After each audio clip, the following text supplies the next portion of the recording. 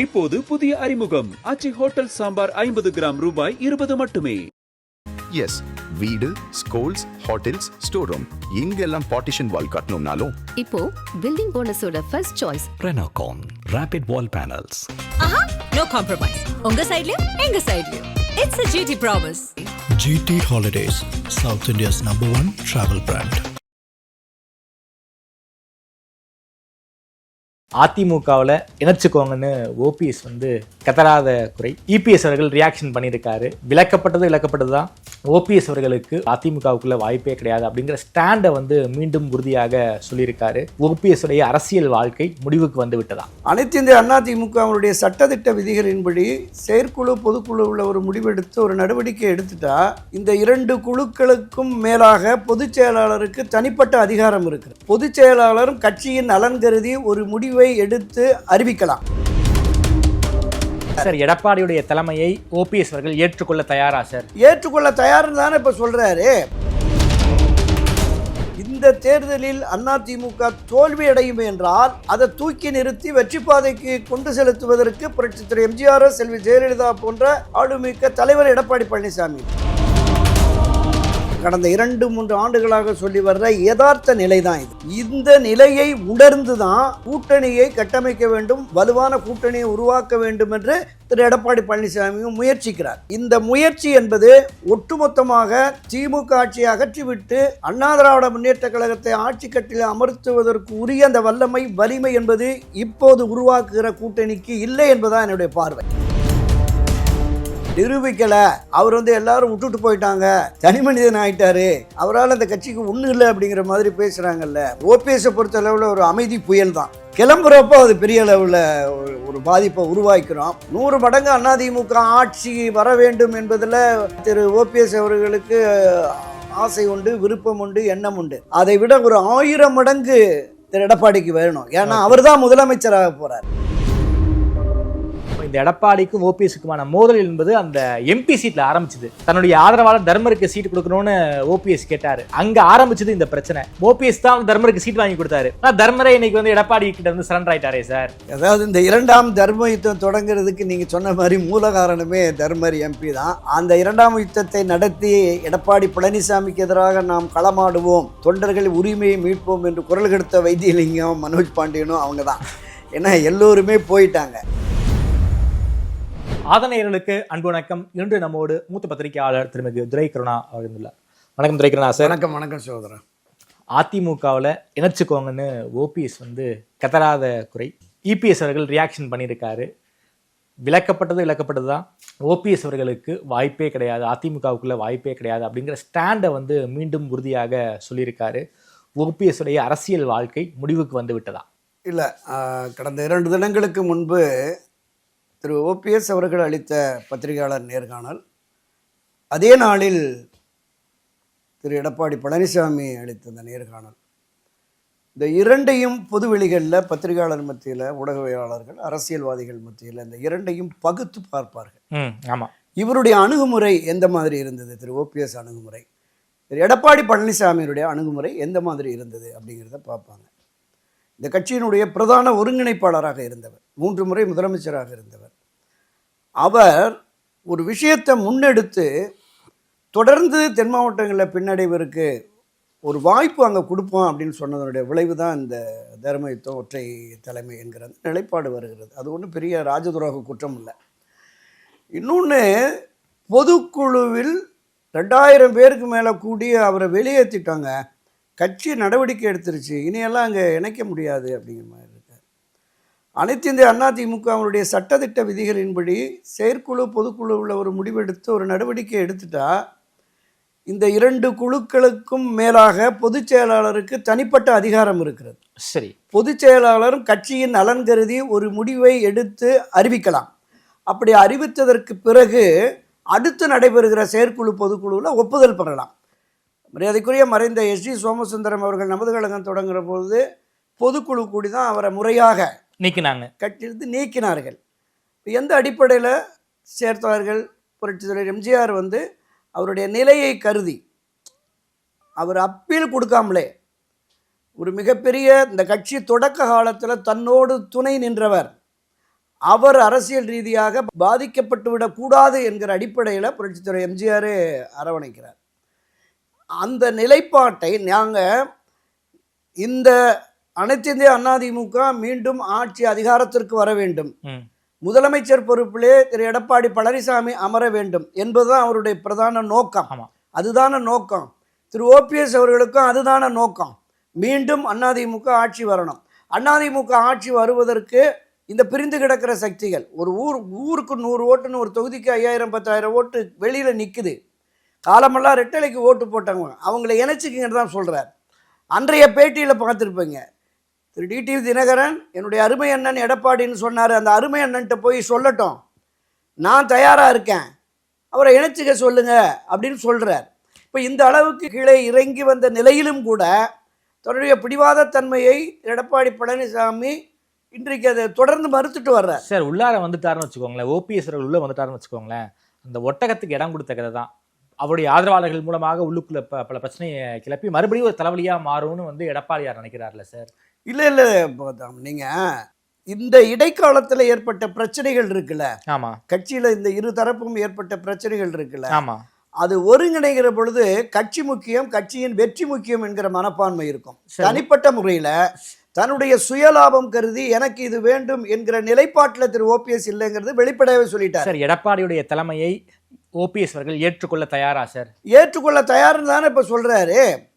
எடப்பாடி பழனிசாமியுடைய தலைமை ஏற்று தானே அதிமுகவில் வரணும், அதிமுகவில் இணைகிறேன் அப்படிங்கிற சொல்கிறது இருக்குல்ல, அதுவே ஏற்றுக்கொள்கிறது தானே. முதலமைச்சராக அவர் அறிவிச்சிட்டாங்க, அவர் தான் பொதுச்செயலாளராக இருக்கிறாரு. எனவே இணைந்து பயணிப்போம் என்பது, தன்னோடு பயணித்த இந்த பல்லாயிரக்கணக்கான தொண்டர்களை அங்கே இணைச்சி விட்டுட்டு நாம் நம்மளுடைய அரசியல் எதிர்காலம் என்ன வேணாலும் ஆகட்டுங்கிறதுக்கு தான் கடந்த பல மாதங்களாகவே சொல்லிட்டு வர்றாரு. எனக்குன்னு அரசியலில் இனிமேல் கட்சியில் எனக்குன்னு பெரிய பொறுப்பு பதவிகள் தேவையில்லை என்கிற நிலைக்கு வந்து தானே அதை சொல்கிறாரு. தனி கட்சி கிடையாது, தனி கட்சியை உருவாக்கி தேர்தலில் போட்டியிடணுங்கிற எண்ணமே எனக்கு கிடையாது அப்படிங்கிற மாதிரி தானே சொல்லிட்டு இருக்காரு. அப்போ இந்த நிலைப்பாட்டிற்கு கூட ஒப்புக்கொள்ளாமல் எடப்பாடி பழனிசாமி பிடிவாதம் காட்டினால் எப்படி வெற்றி பெற முடியும்? ஏன் சார் ஓபிஎஸ் சேர்க்கக்கூடாதுங்கிற ஒரு மைண்ட் செட்டில் இருக்காரு இபிஎஸ் அவர்கள்? இதுக்கு என்னதான் காரணம்? அது திரு எடப்பாடி பழனிசாமியினுடைய மனச்சாட்சியை பேச விட்டா தெரியும். என்ன பிரச்சனை என்னங்கிறது தெரியல. கட்சி முக்கியம். நம்ம பல பதிவுகளில் சொல்லியிருக்கோம். அண்ணா திராவிட முன்னேற்ற கழகத்தில் இது மாதிரியான பிளவுகள், பிரிவுகள், மனமாச்சரியங்கள், கருத்து வேறுபாடுகள் தலைமையிலே ஏற்பட்டு சரி அவர்கள் எல்லாம் இணைத்து பயணித்தால்தான் கட்சி முக்கியம், கட்சி வெற்றி முக்கியம். பல பதிவுகளை நம்ம சொல்லியிருக்கோம். அதாவது ஒரு மிகப்பெரிய தலைவர்களாக இருந்த ஒரு பெரிய ஆளுமை, மக்கள் செல்வாக்கு, 100% தொண்டர்களுடைய ஆதரவு பெற்ற தலைவர்கள் புரட்சித்தலைவர் எம்ஜிஆர், செல்வி ஜெயலலிதா. அப்போ அந்த இருவரும் தலைவர்கள் வழியில் நீங்கள் போங்க, எல்லோரையும் அரவணைச்சு போங்க அப்படின்னு சொல்கிறாங்க.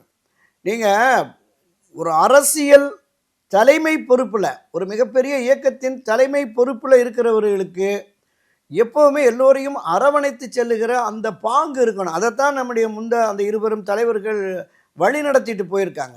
ஸோ அதை விட்டுட்டு தன்னுடைய சுயநலத்திற்காக, இன்னும் வெளிப்படையாக சொல்லப்போனால் இந்த தேர்தல் என்பது ஒரு மிகப்பெரிய வாழ்வா சாவா பிரச்சனைங்கிற மாதிரி. 2024 தேர்தல் தோல்வியின் நீட்சியாக இந்த தேர்தலில் அதிமுக தோல்வி அடையும் என்றால் அதை தூக்கி நிறுத்தி வெற்றி பாதைக்கு கொண்டு செலுத்துவதற்கு புரட்சித்துறை எம்ஜிஆர், செல்வி ஜெயலலிதா போன்ற ஆளுமிக்க தலைவர் எடப்பாடி பழனிசாமி இல்லை. நிச்சயமாக அவரால் முடியாது. அதனால தான் எல்லாரும் கதறாங்க. இன்றைக்கு அதிமுகவில் வேட்பாளர்களாக களம் இறங்க முடிவு செய்திருக்கிறவர்கள் அவங்க கட்சி ஒன்றா சேர்ந்தாதாங்க ஜெயிக்க முடியும் அப்படிங்கிற பார்வையை வைக்கிறாங்க. பாஜகவில் கட்சியில் போட்டியிட விரும்புகிறவர்களும் குறிப்பாக தென் மாவட்டங்களில் போட்டியிட வருகிற பாரதிய ஜனதா கட்சியினரும் சரி ஒன்றுபட்டால் தான் முடியும்.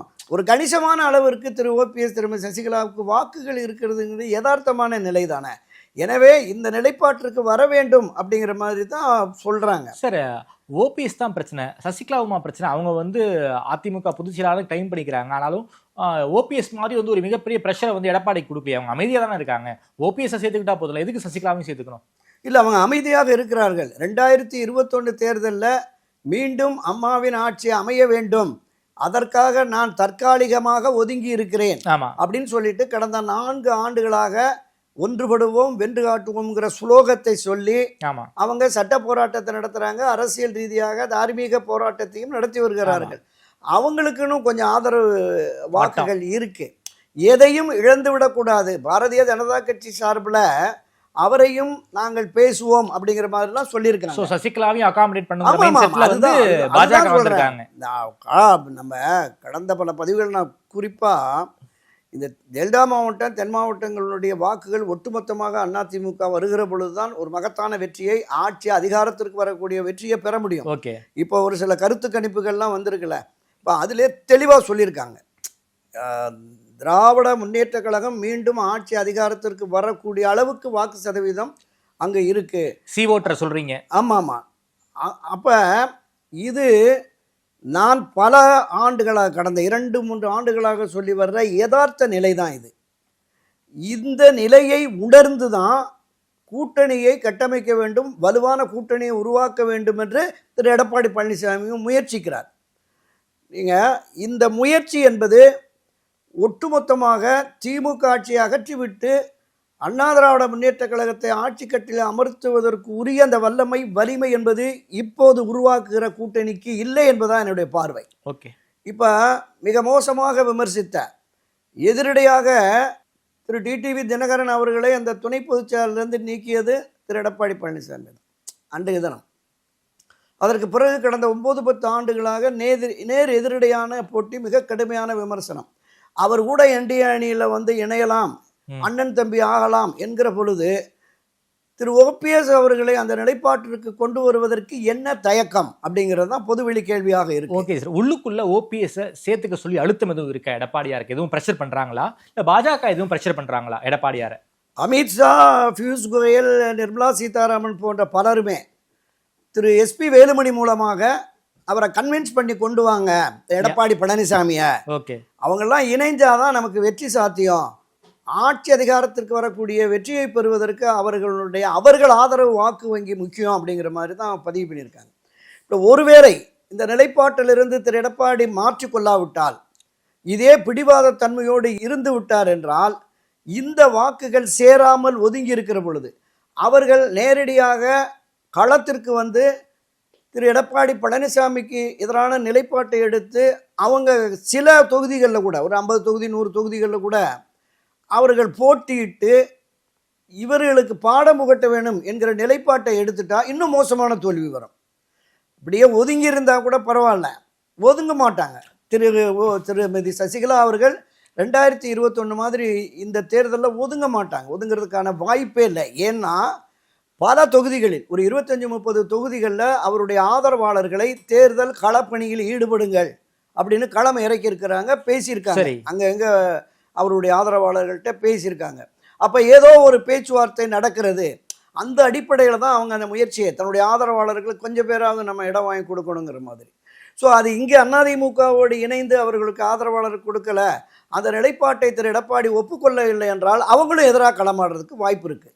அதே மாதிரி திரு ஓபிஎஸ் அவர்கள் கடந்த செயல் வீரர்கள் நிர்வாகிகள் கூட்டத்தில் பேசுகிறப்போ சொன்னார்ல, என்னை ஒரு பாவச் செயலுக்கு தள்ளிவிடாதீர்கள், நீங்கள் திருந்த வேண்டும் அல்லது திருத்தப்படுவீர்கள் அப்படிங்கிற மாதிரி எல்லாம் சொன்னார்ல. அந்த பாவச் செயல்ங்கிறது திமுகவில் சேரணுங்கிற ஒரு மைண்ட் செட்டுக்கு ஓபிஎஸ் வந்து விட்டாரா? இல்லை, அண்ணா திமுகவுக்கும் ரெட்டலைக்கு எதிராகவும் களமாடுவது என்பது அவருடைய அரசியல் வாழ்க்கையில் ஒரு பாவச் செயலாக அவர் கருதுகிறார். தொடர்ந்து ஆட்சி அதிகாரத்திற்கு மீண்டும் அதிமுக வர வேண்டும் என்று நான் கெஞ்சினேன். நீங்கள் சொல்கிற மாதிரி கெஞ்சி கெதறி போய் நின்னா கூட மறுதளிக்கிற இந்த சூழலில் அப்போ ஒரு மிகப்பெரிய அளவில் அவருடைய திரு ஓபிஎஸ் அவருடைய அந்த அமைதியும் பொறுமையும் ஒரு காலகட்டத்துக்கு மேலே ஒரு ஆவேசமாக ஆத்திரமாக வருகிற பொழுது ஒரு எந்த நிலைப்பாட்டையும் திரு எடப்பாடிக்கும் தன்னை நம்பி மோசம் செய்த பாஜகவுக்கும் பாடம் புகட்ட வேண்டும் அப்படிங்கிற நிலைப்பாட்டை எடுத்துட்டாருன்னா பெரிய அளவில் பாதிப்பு வரும். அதுக்கு ஒரு உதாரணம் சொல்கிறேனே, இப்போ வந்து ராமநாதபுரத்தில் அவர் போட்டியிட்டு ஒரு 3,42,000 ஓட்டு வாங்கினார். கிட்டத்தட்ட ஒரு 60,000 ஓட்டு ஒரு சட்டமன்ற தொகுதிக்கும். நீங்கள் அமமுக பாஜகன்னு ஒரு 30,000 கழிச்சிட்டு 30,000 வாக்குகள் ஒரு தொகுதிக்கு திரு ஓபிஎஸ் அவர்களின் தனிப்பட்ட செல்வாக்கால் கிடைத்த வாக்குகள் அந்த சட்டமன்ற தொகுதியில் ஒரு தொகுதிக்கு 30,000. நீங்கள் அந்த 30,000ல் 6ல் ஒரு பங்கு வச்சுங்க, 5,000 ஓட்டு வச்சுங்க. ஒரு தொகுதிக்கு 5000 ஓட்டு திரு ஓபிஎஸ் ஆதரவாளருடைய ஓட்டு எடப்பாடிக்கு எதிராக மாறினால் 80-90 தொகுதிகளில் போயிடுங்க. அதுதான் கள யதார்த்தம். சரி தம்பி, நீங்கள் பாருங்க, இந்த முறை திரு எடப்பாடி இதே பிடிவாத நிலையில் இருந்து இவர்களை யாரையும் இணைக்க மாட்டேன் என்ற முடிவை எடுத்து களம் இறங்குகிற பொழுது திரு ஓபிஎஸ், திரு சசிகலா எல்லாம் இவருக்கு எதிரான நிலைப்பாட்டை எடுப்பார்களே. ஆனால் கடந்த முறை நான் பேசினதை விட இன்னும் மோசமான தோல்வி, பிரதான எதிர்க்கட்சி என்கிற அந்தஸ்தை கூட இழக்கக்கூடிய சூழல் வந்துடும். அரசியல் தேர்தல் கள யதார்த்தம் என்பது இன்னைக்கு வேறு மாதிரி இருக்குது. திராவிட முன்னேற்ற கழகம் 200+ இறங்கிட்டாங்க. அவர்கள் களத்தில் இறங்கி கைப்பற்றுவதற்கான முயற்சி, அவர்களுக்கு ஆதரவான நிலை உருவாகி இருப்பதாக சில கருத்து கணிப்புகள். ஒரு 1-2 கருத்து கணிப்பு மீண்டும் திமுக ஆட்சிக்கு வர வாய்ப்பு இல்லை, இவருக்கு ஆதரவான நிலை இருக்கு அப்படிங்கிற மாதிரி கூட நம்ம ஒரு யூடியூப் சேனலும் ஒரு இதழும் தினசரி பத்திரிகையும் இணைந்து கூட ஒரு கருத்து கணிப்பு போட்டிருக்காங்க. அப்போ இந்த கருத்து கணிப்புகள் என்பது ஒவ்வொரு அரசியல் கட்சியினுடைய சார்பு நிலையிலிருந்து எடுப்பது அப்படிங்கிற மாதிரியான ஒரு பார்வை ஒரு பக்கம் இருக்கு.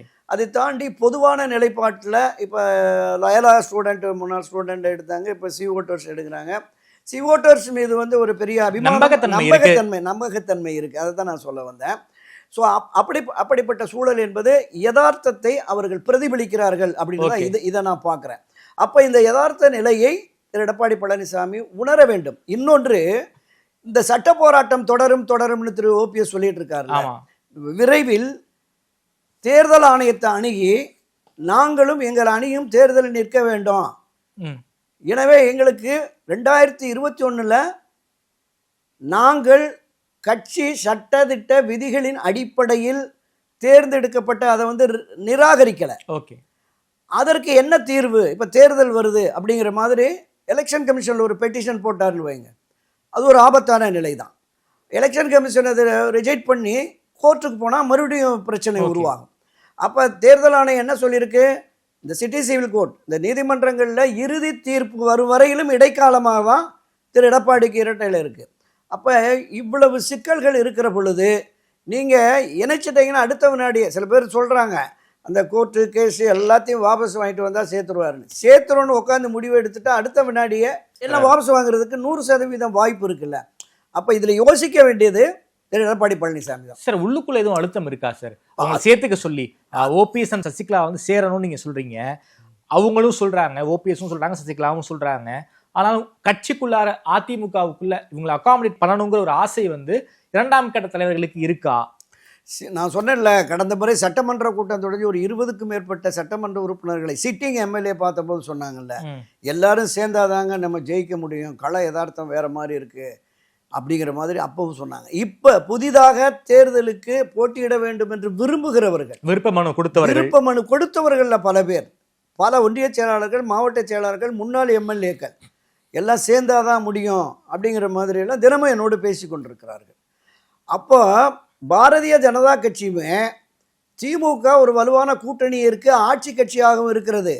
அவர்களை வீழ்த்துவதற்கு அதிமுகவில் பிரிந்திருக்கிற அந்த வாக்காளர்களை சேர்க்கணுங்கிறத நான் தொடக்கத்தில் சொன்ன அந்த 3 பேர், அமித்ஷா, பியூஷ் கோயல், நம்ம நிர்மலா சீதாராமன், மோடிக்கும் அந்த எண்ணம் இருக்கு. இப்போ அதில் இந்த விஷயத்தை பொறுத்தளவில் அனைத்து இந்திய அதிமுக தனி பெரும்பான்மை பெற்று ஆட்சி அதிகாரத்திற்கு மீண்டு வரும். 120, 128, 30, 130 தொகுதிகளில் வெற்றி பெற்றால்தான் அது சாத்தியம். அப்போ அந்த அளவிற்கு 160, 170 தொகுதிகளில் போட்டியிட்டு 130, 135 இடங்களில் வெற்றி பெறுவதற்கான அந்த வல்லமை, வலிமை, அதற்கான வாக்கு சதவீதம் இருக்கிறதாங்கிறதான் இப்போ மிகப்பெரிய கேள்விக்குறி.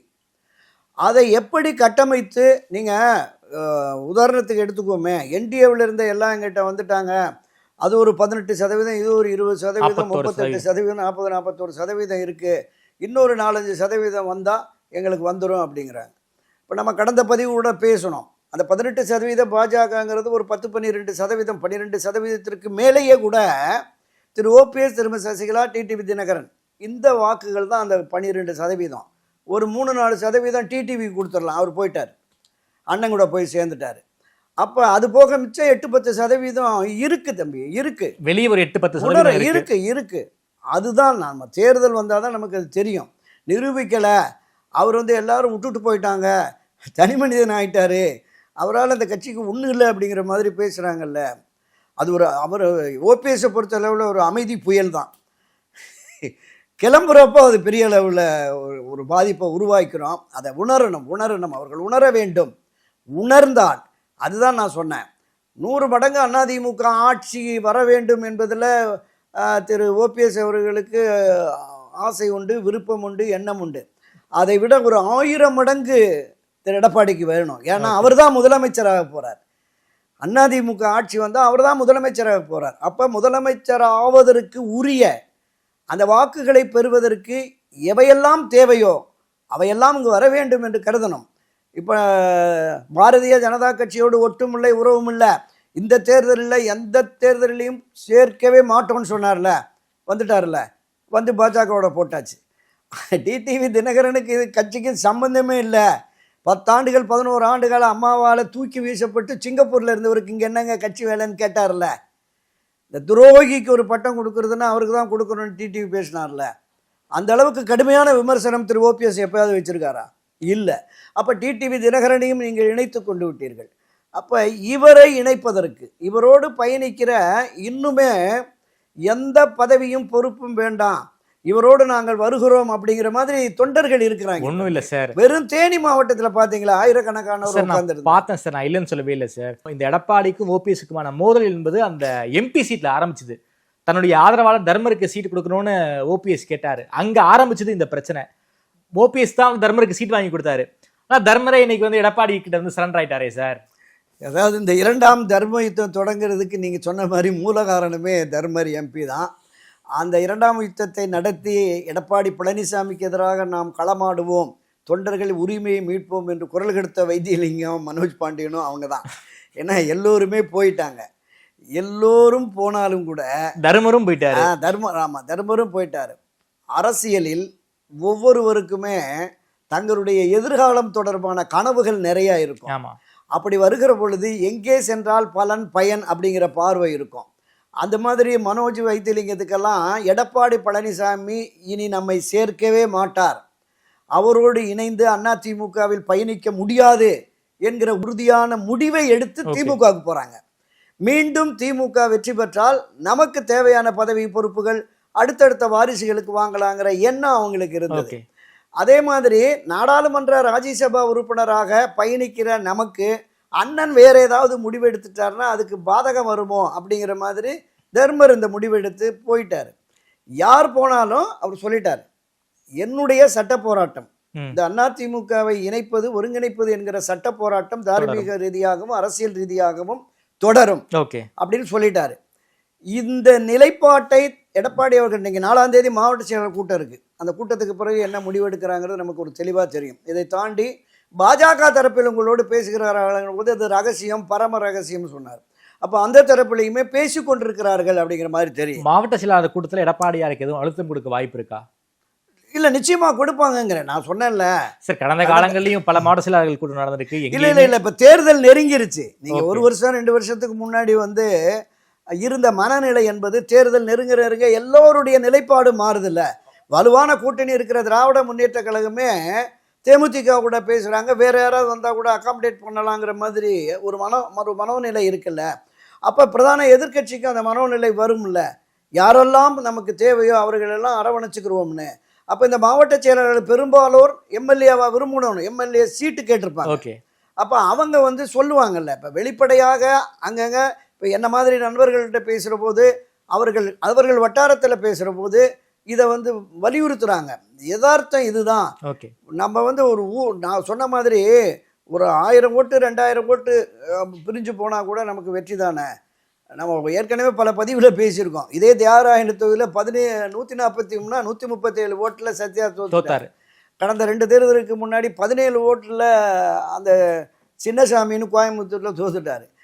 ஒரு 400 நம்ம ஒரு 38-40 தொகுதிகளில் மார்ஜினில் தான் தோற்றுருக்காங்க. 2000 1500 3000 ஓட்டு. அப்போ தான் இதை நான் சொல்ல வரேன். ஒவ்வொரு வாக்கும் முக்கியம் என்கிற அடிப்படையில் இந்த கட்சியை அதிமுகவை இன்று வழிநடத்துகிற திரு எடப்பாடி பழனிசாமிக்கு இருக்கணும், இருக்க வேண்டும். இருந்தால் கட்சி நிச்சயமாக மீண்டும் ஏன்னா திராவிட முன்னேற்ற கழகத்துக்கு எதிராக அரசு சார்ந்த அமைப்புகள், அரசினுடைய இருக்கிற அரசூழியர், ஆசிரியர், இந்த பக்கம் மருத்துவர்கள், செவிலியர், எல்லா தரப்பும் போராட்டம்.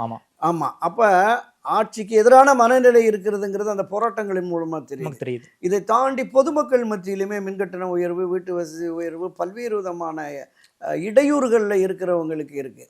அப்போ திராவிட முன்னேற்ற கழக ஆட்சியை மாற்றிவிட்டு அனைத்து இந்திய அண்ணா திமுக ஆட்சியை கொண்டு வர வேண்டும் என்று கருதுகிற வாக்காளர்களுக்கும் பொதுமக்களுக்கும், இது ஆட்சி அதிகாரத்திற்கு வந்துவிடும் என்று கருதுகிற அதிமுக தொண்டர்களுக்கும் எப்படிப்பட்ட சூழல் இப்போ இருக்குது, வருவதற்குரிய வாய்ப்பு இருக்கிறதா அப்படின்னு. நம்ம வாக்காளர்கள் எப்போவுமே எப்படி பண்ணுவாங்க, ஜெயிக்கிற குதிரையில் பணம் கட்டணும், ஓடுற குதிரையில் தானே பணம் கட்டணும். வெற்றி வாய்ப்பு அரசு ரீதியாகவும் அரசியல் ரீதியாகவும் திமுக ஒரு பெரிய பிம்பத்தை கட்டமைச்சிருச்சு. 8-9 மாதங்களாக எங்க பார்த்தாலும் ஆமா, வெல்வோம் 200 படைப்போம் வரலாறுன்னு போட்டாரு. ஒவ்வொரு விதமான தலைப்புகளை வச்சு இப்ப தலைகுனிய விட மாட்டோமா. இப்ப 234 தொகுதிகள்லையும் 70க்கும் மேற்பட்ட நட்சத்திர பேச்சாளர்களை களம் இறக்கி 234 தொகுதிகள்லையும் பிரச்சாரத்தை முன்னெடுத்துட்டாங்க. அதற்கு இணையான அதை திமுக அணியை தோற்கடிக்கக்கூடிய அளவிற்கான வியூகங்களை இன்னும் இங்கே வகுக்கலை. இன்னும் யாரோட யாருக்கு எத்தனை தொகுதி, எந்தெந்த தொகுதிங்கிறத பாஜக உட்பட யாருக்குமே இன்னும் பண்ணலை, தெளிவில்லை. ஆமாம், அவங்க ஒரு தெளிவுக்கு வந்துட்டாங்க. திமுக கூட்டணியில் ஒரு தெளிவுக்கு வந்துட்டாங்க. 1-2 அதிகமாக கேட்டால் கூட கொடுத்துடலாம், ஒரு அதிகபட்சம் கேட்குறவங்கள உதய சூழ்நிலை கூட நிற்க வச்சு பண்ணலாங்கிற மாதிரி கூட அவங்களுடைய அந்த கான்செப்ட் வந்துருச்சு. அப்போ அதை வீழ்த்துவதற்குரிய வல்லமை மிக்க ஒரு கூட்டணியை, வலுவான கூட்டணியை உருவாக்க வேண்டும். பலகீனமான, இன்றும் சொல்லுகிறேன், பலகீனமான நிலையில் இருக்கிற கட்சி அனைத்து இந்திய அண்ணா திமுகவை பலப்படுத்துவதற்கு வெளியில் இருக்க சக்தியில கொண்டு வரணும். அது ஆதாயம் தானே.